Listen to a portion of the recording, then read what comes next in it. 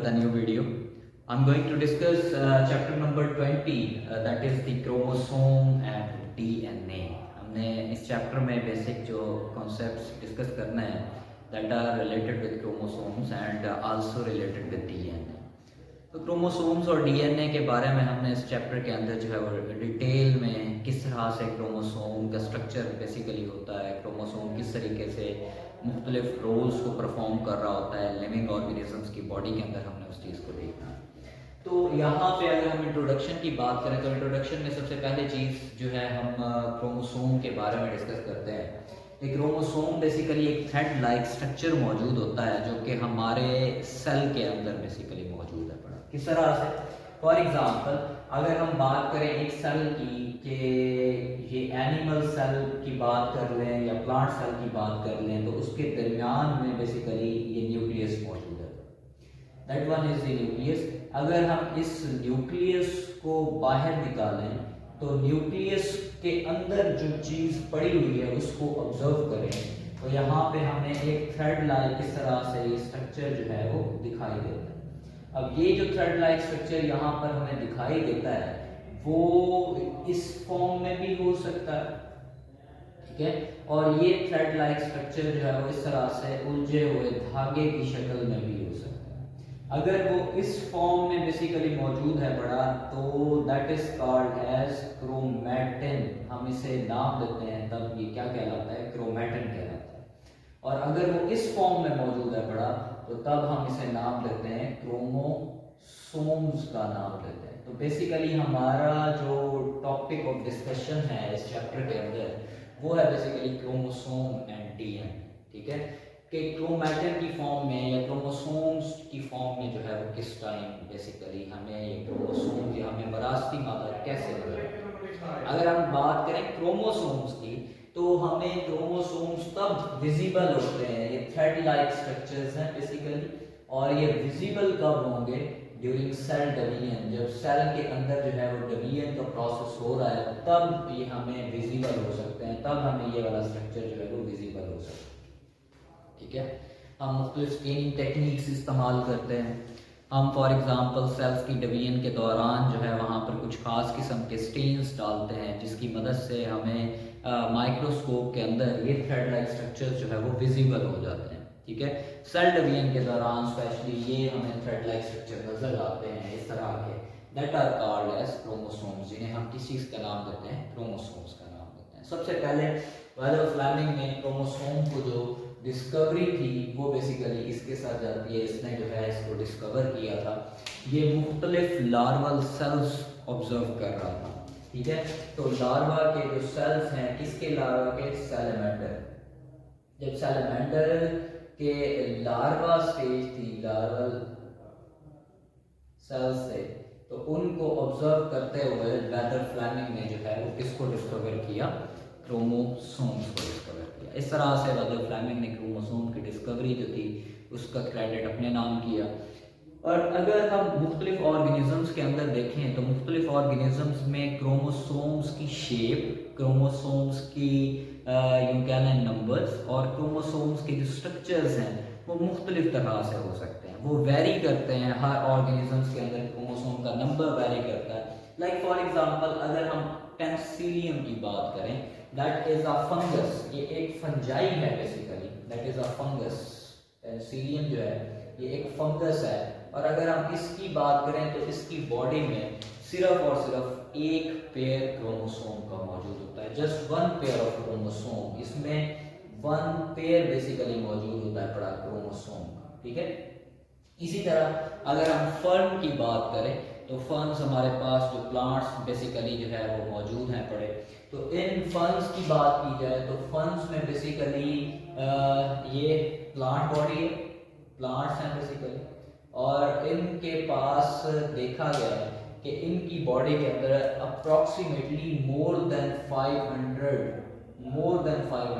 जो है बेसिकली मौजूद होते हैं बड़े क्रोमोसोम्स, अप टू 500, या हम यूँ कह लेते हैं कि मोर देन 500 जो है ये मौजूद हैं पड़े, 500 से ज़्यादा मौजूद हैं पड़े फर्न्स के पास क्रोमोसोम्स। इसी तरह मॉस्किटो की बात करें तो मॉस्किटो की बॉडी के अंदर बेसिकली 6 क्रोमोसोम्स जो है वो अप्रॉक्सीमेटली मौजूद होते हैं पड़े, ठीक है। इसी तरह से हनी बी की बात करें तो हनी बी की बॉडी में अप्रॉक्सीमेटली 32 क्रोमोसोम्स जो है वो मौजूद होते हैं पड़े। कॉर्न की बात की जाए तो कॉर्न में 20 जो है वो क्रोमोसोम्स बेसिकली मौजूद होते हैं पड़े। ऐसे शुगर केन की अगर हम बात करें तो उसके अंदर जो है वो अप्रॉक्सीमेटली शुगर केन में 80 जो है वो क्रोमोसोम्स बेसिकली मौजूद होते हैं पड़े। इसी तरह फ्रॉग की बात की जाए तो 26 क्रोमोसोम्स फ्रॉग के पास मौजूद हैं पड़े। लाइक माउस की बात की जाए तो इसकी बॉडी में जो है वो 40 क्रोमोसोम्स होते हैं पड़े। And you people also know that and कि हमारी बॉडी के अंदर जो है हमारे सेल्स के अंदर 46 क्रोमोसोम्स बेसिकली मौजूद हैं पड़े। ह्यूमन बीइंग्स जो है ह्यूमन बीइंग्स की अगर हम बात करें तो ह्यूमंस के अंदर 46 क्रोमोसोम्स जो है वो मौजूद हैं।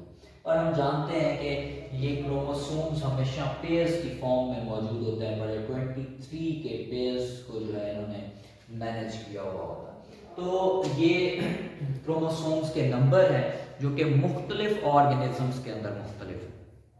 लाइक हमने पेंसिलिन की बात की, फर्न्स की बात की, हमने मॉस्किटो की बात की, हनी बी की बात की, कॉर्न्स की बात की। तो इनकी बॉडी में देखें कि हर एक के अंदर नंबर ऑफ क्रोमोसोम्स डिफरेंट हैं पड़े। उस लिहाज से नंबर ऑफ क्रोमोसोम्स के डिफरेंट होने के लिहाज से उनकी बॉडी अरेंजमेंट, उनके बॉडी स्ट्रक्चर्स और उनके बॉडी कैरेक्टरिस्टिक्स भी डिफरेंट हैं डिफरेंट ऑर्गेनिजम्स के। उसकी वजह क्या है? उसकी रीज़न है कि बिकॉज क्रोमोसोम्स जो हैं वो बेसिकली मिलकर बने हुए होते हैं। अगर हम इस स्ट्रक्चर की बात करें, ये थ्रेड लाइक फॉर एग्जांपल अगर हम इस क्रोमोसोम के इस तरह से इसके एक फॉर एग्जांपल ये जो क्रोमोसोम है इसके इस एक पोर्शन को, इस एक को हम नाम देते हैं that is called as chromatid, ठीक है। और ये भी क्या कहलाता है? That is also called as chromatid. तो एक क्रोमोसोम्स के अंदर बेसिकली 2 क्रोमाटिड्स मौजूद होते हैं। इसके 2 आर्म्स हैं पड़े। हम यूं कहते हैं क्रोमाटिड्स बेसिकली क्या है? Arm of chromosomes. ये उसकी क्या है पड़ी? आर्म है।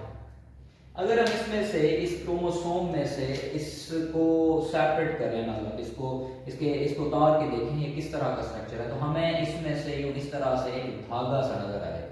अगर हम इसको प्रॉपरली ऑब्जर्व करें तो हमें एक थ्रेड लाइक स्ट्रक्चर जो है इसके ऊपर, और कंडेंस फॉर्म में ये थ्रेड लाइक स्ट्रक्चर इसके ऊपर यूं जुड़ा हुआ है, ठीक है। मतलब यूं है, अगर क्रोमोसोम को देखा जाए तो क्रोमोसोम के ऊपर यूं इस तरह से ये थ्रेड लाइक स्ट्रक्चर्स बेसिकली यूं मौजूद होते हैं बड़े।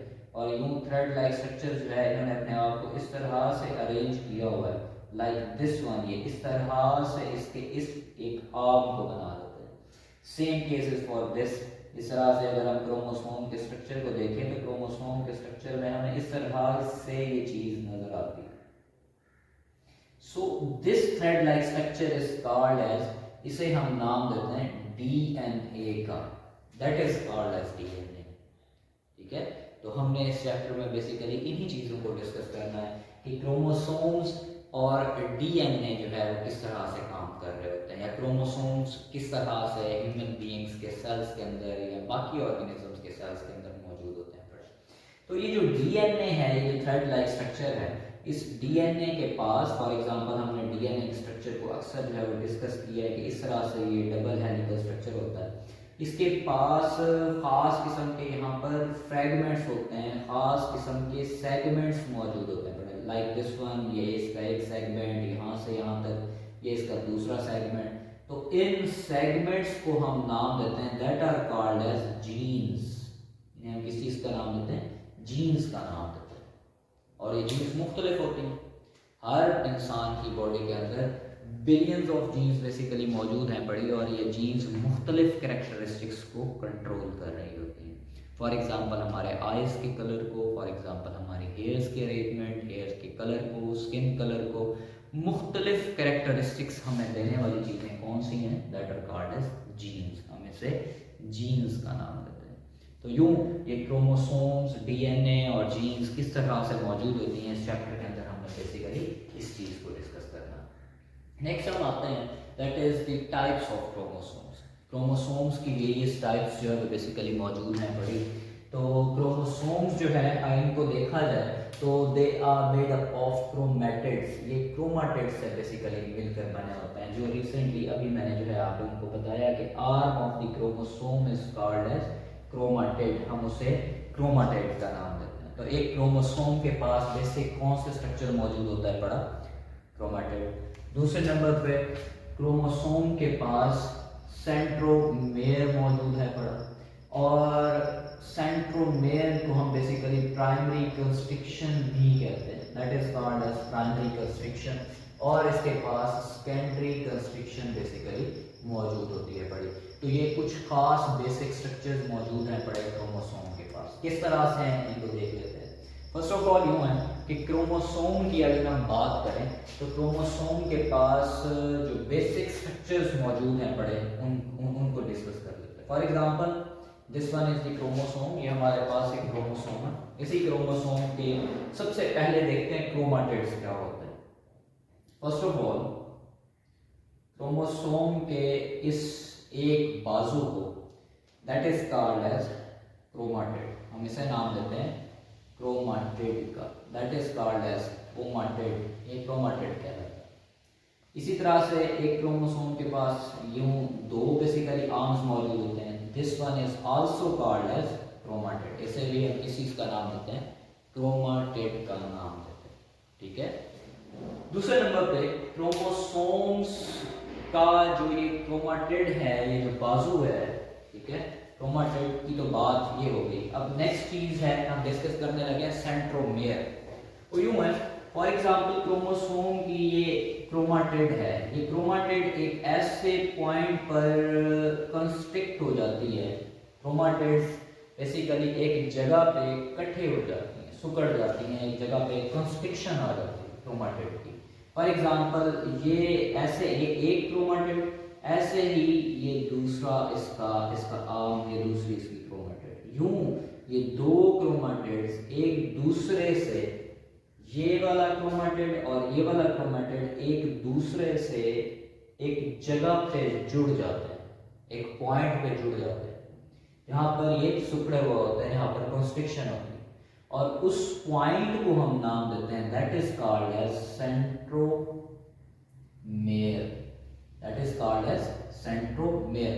सेंट्रोमेयर बेसिकली वो जगह है जहां पे दो chromatid, for example this one is the chromatid और this one is the chromatid, ये जिस पॉइंट पर जुड़ गए हैं एक दूसरे के साथ, this point is known as, ये वाली जगह क्या कहलाएगी? That is called as centromere. इसे हम किस चीज का नाम देते हैं? सेंट्रोमेयर का नाम देते हैं। और सेंट्रोमेयर के पास याद रखें एक खास किस्म की प्रोटीन होती है। ठीक है, सेंट्रोमेयर वाली जगह पे खास किस्म की प्रोटीन होती है that is called as kinetochore protein. ये खास किस्म की प्रोटीन है बड़ी, ये एक खास किस्म की प्रोटीन है जो कि सेंट्रोमेयर के पास मौजूद, और दैट इज कॉल्ड एज, इस खास किस्म की प्रोटीन को हम नाम देते हैं that is called as kinetochore protein. हम इसे काइनेटोकोर प्रोटीन बनाएंगे। ठीक है, अब हम फर्दर इससे जो है वो आगे बढ़ते हैं। तो कुछ इस तरह से है कि ये जो सेंट्रोमेयर है ना, यहाँ पर एक कॉन्स्ट्रिक्शन है बड़ी, क्रोमोसोम्स इस जगह पे कॉन्स्ट्रिक्ट हुआ है, सिकुड़ा हुआ, लाइक दिस वन।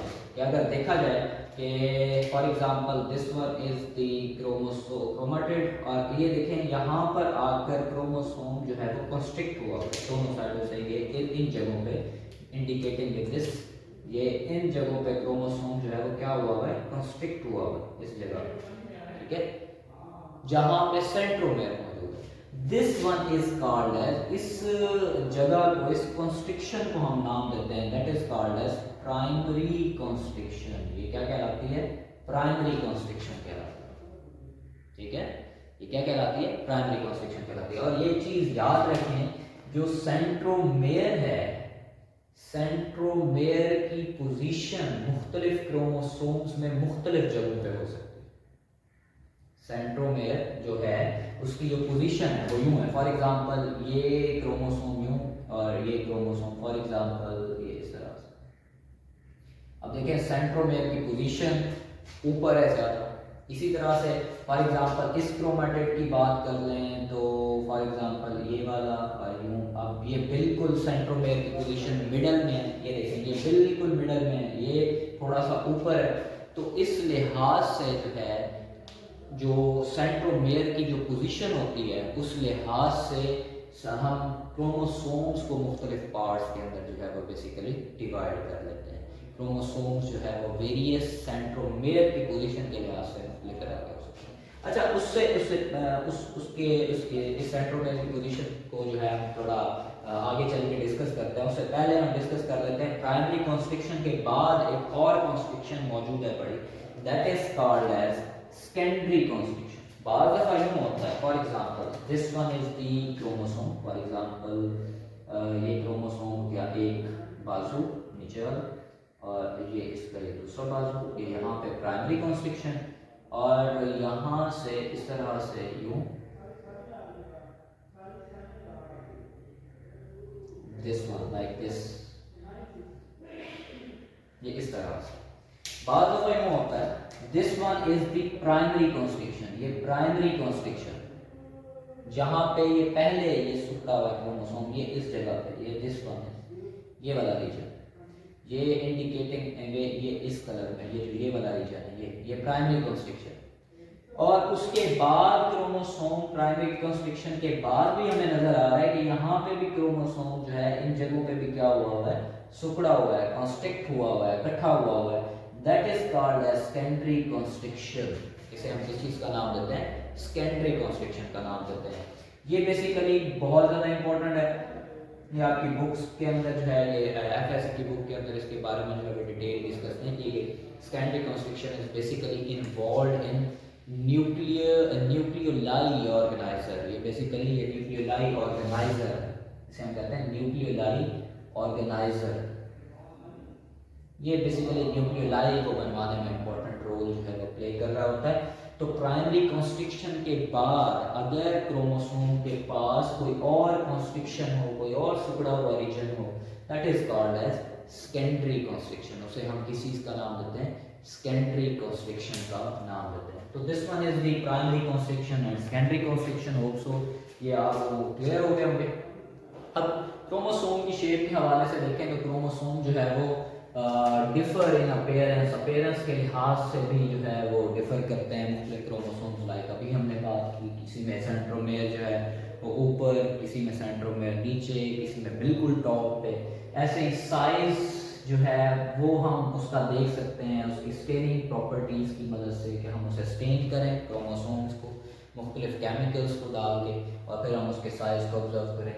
या फिर लोकेशन ऑफ सेंट्रोमेयर के लिहाज से भी क्रोमोसोम्स की जो है वेरियस टाइप्स हो सकती हैं। इसी तरह relative length on either side of centromere, जैसे फॉर एग्जांपल ये सेंट्रोमेयर है, सेंट्रोमेयर से ऊपर कितनी लेंथ है या सेंट्रोमेयर से नीचे कितनी लेंथ बेसिकली मौजूद है बड़ी, उसके लिहाज से भी टाइप्स ऑफ क्रोमोसोम्स हैं।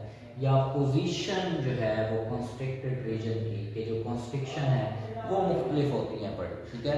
वो कॉन्स्ट्रिक्शन फॉर एग्जांपल ऊपर है, फॉर एग्जांपल नीचे है। इसी तरह से कॉन्स्ट्रिक्शन के लिहाज से भी जो है क्रोमोसोम्स को हमने मुख्तलिफ टाइप्स के अंदर जो है वो टाइप्स के अंदर जो है वो कैटेगराइज किया, इसको हम डिस्कस करते हैं। इसी तरह से व्हाट इज कैरियोटाइप, यहाँ पे एक 2 नंबर का अक्सर शॉर्ट क्वेश्चन पूछा जाता है। ये बेसिकली क्या है कैरियोटाइप, एक पर्टिकुलर अरे है किस चीज की, क्रोमोसोम्स, ठीक है। एक प्रॉपर जो क्रोमोसोम्स की अरे एक ऑर्गेनिज्म जो है वो अपने पास पोजेस कर रहा है। फॉर एग्जांपल मेरी बॉडी में क्रोमोसोम्स जो है वो किस तरह से मौजूद है बड़े, वो मेरी क्या कहलाती है, बेसिकली कैरियोटाइप कहलाती है कि मैं किस तरह से क्रोमोसोम्स मेरी बॉडी के सेल्स जो है वो किस तरह से उसको ऑक्यूपाई कर रहे हैं, किस तरह से वो इनके अंदर मौजूद है बड़े। That particular array of chromosome is called as in an individual is called as karyotype। हम उसे किस चीज का नाम देते हैं, कैरियोटाइप का नाम देते हैं। तो क्रोमोसोम्स को उनके सेंट्रोमेयर के लिहाज से, उनकी लोकेशन के लिहाज से, this one is the big point, या हम उनके कॉन्स्ट्रिक्शन के लिहाज से क्या किया हमने, मुख्तलिफ शेप्स के अंदर जो है वो कैटेगराइज कर दिया। फॉर एग्जांपल कुछ ऐसे हैं जिनमें जो कॉन्स्टिट्यूशंस हैं वो यहाँ पर टॉप पे मौजूद हैं, that are called as telocentric. इसी तरह से कुछ ऐसे हैं पड़े जो कि थोड़ा सा इनका इनका जो पोजीशन है वो सेंट्रोमेयर की पोजीशन है वो टॉप से थोड़ा सा नीचे है, दैट इज कॉल्ड एज एक्ट्रोसेंट्रिक। इसी तरह से कुछ ऐसे हैं जिनकी दरमियान से, फॉर एग्जांपल दरमियान वाला रीजन ये बनता है, जिसमें अगर देखा जाए तो मिडल रीजन जो है वो यहाँ पे कहीं पे बनेगा, इस जगह पे, लेकिन इनकी कॉन्स्टिट्यूशन इस जगह पे मौजूद है, so that is called as sub metacentric. Meta कहते हैं दरमियान को, तो ये सब मेटासेंट्रिक है, दरमियान से थोड़ा सा ऊपर या दरमियान से नीचे हो सकता है, ठीक है। इसी तरह से जबकि इसकी बात की जाए तो ये बिल्कुल क्या है, दरमियान में है, तो हम ऐसे को नाम लेते हैं, that are called as metacentric, ठीक है। तो सेंट्रोमेयर के लिहाज से, सेंट्रोमेयर जो है उसकी पोजीशन के लिहाज से हमने क्रोमोसोम्स को इन हिस्सों के अंदर डिवाइड किया हुआ, और ये हिस्से हैं, फॉर एग्जांपल अगर पोजीशन इस तरह से बिल्कुल टॉप पे मौजूद है, that is called as telocentric, top से थोड़ा सा नीचे मौजूद है, that is called as acrocentric. इसी तरह से दरमियान से थोड़ा सा ऊपर, ये दरमियान से नीचे मौजूद है, that is called as sub metacentric. इसी तरह से बिल्कुल मिडल में मौजूद है, तो that is called as the metacentric. तो ये हो गई टाइप्स ऑफ क्रोमोसोम्स, और ये कुछ थोड़ा सा इंट्रोडक्शन था about the chromosomes and DNA. Hope so this will be helpful for you people. Thank you so much. अल्लाह हाफिज़।